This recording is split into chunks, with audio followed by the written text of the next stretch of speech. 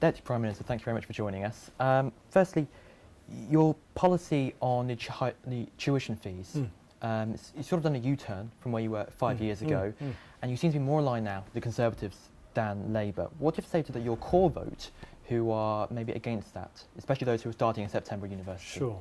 So just to sort of turn the clock back a bit for a minute, because obviously it was a very controversial decision about tuition fees. I mean, look, as far as the Liberal Democrats are concerned, we were between a rock and a hard place. The Labour Party, they won't admit this that readily, they introduced, of course, tuition fees under the old government and then increased them rapidly.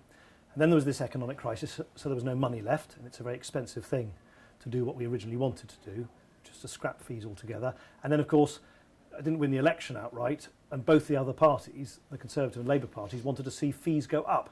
So we were between a rock and a hard place, and we got the fairest deal for students and graduates that we could in those circumstances, and thankfully it's worked out much better than I think many people suggested at the time, because actually you don't pay anything up front as a student, which you used to have to under Labour's old fee system, and you only pay back what you can pay back when you're earning enough to do so. So if you don't earn enough money, you don't pay anything back. If you don't work, you don't pay anything back. And if you can't pay it off, by the way, by the end of your working life, it gets paid off for you. And look, but my experience is that there are some people for whom that one issue is just something that people don't want to let go of or forgive or forget. That's fine, it's a free country. But I think there are also a lot of fair-minded folk who understand that sometimes in politics, just as in life, you can't do everything you want to do.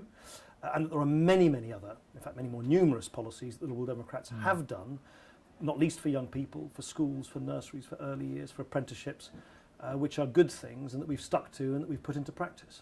So then that means you're against Labour's 6,000 policy? Well, the problem with Labour's policy, it's a curious policy. I mean, of course, I understand why they want to, try and score political points about it, but as the analysis of their policy showed, the only people it benefits is people who go and work for, I don't know, hedge funds or become Goldman Sachs executives much later. Because what it does is it makes it easier for someone who's earning a lot more money to pay off their loan long after they left university. It doesn't actually help anyone from low incomes. It doesn't help that change, doesn't help with the upfront costs of going to university. So I think it was a sort of, I'm afraid, a bit of a classic example of sort of a headline-grabbing announcement, which when you look at it in detail only helps the people at the top, doesn't really help the people we should be helping to go into university.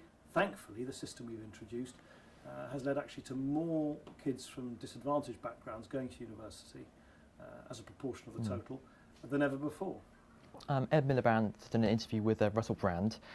Many people are suggesting this is wrong because Brand is so against voting and things. Is this the right way to get young people involved in politics? Well, since I was interviewed by Russell Brand many months before Ed Miliband was, I'm hardly going to be pious about this. Look, it's a free country. People can be interviewed by who they like. I just honestly, I think the Conservatives boring their own campaign has become. I think because the negative connotations are surrounding Brand and politics, I think that's one of the things. I don't even disagree with Brand, but there are lots of people I've been interviewed with that I strongly disagree with. Yeah. I mean, if we're now only going to be interviewed by people we agree with, wow, that would be pretty tough. Yeah. And only 8 days to go until the election. You could be a kingmaker once again, like you were in 2010. What are you thinking? You said you wouldn't go with Labour if they're being propped up by the SNP. If the Conservatives have the most seats again, would you stand by that policy again by going to them and creating coalition? So, well, on the first point, I just in the same way that I'd never put Nigel Farage in charge of the European Union, a union which has its flaws, but I think we should remain part of it. I just don't see the sense of putting a party, the SNP, in charge of a country that they want to pull to bits. Call me old-fashioned, but why would you do that?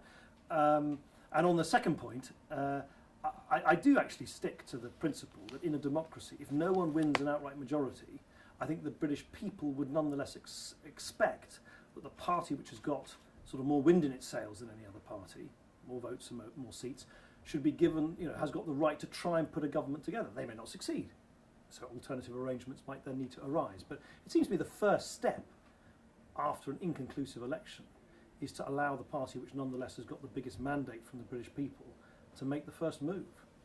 Deputy Prime Minister, thank you very much. Thank you. Thank you. And I didn't even manage to say how amazing Martin Horwood is.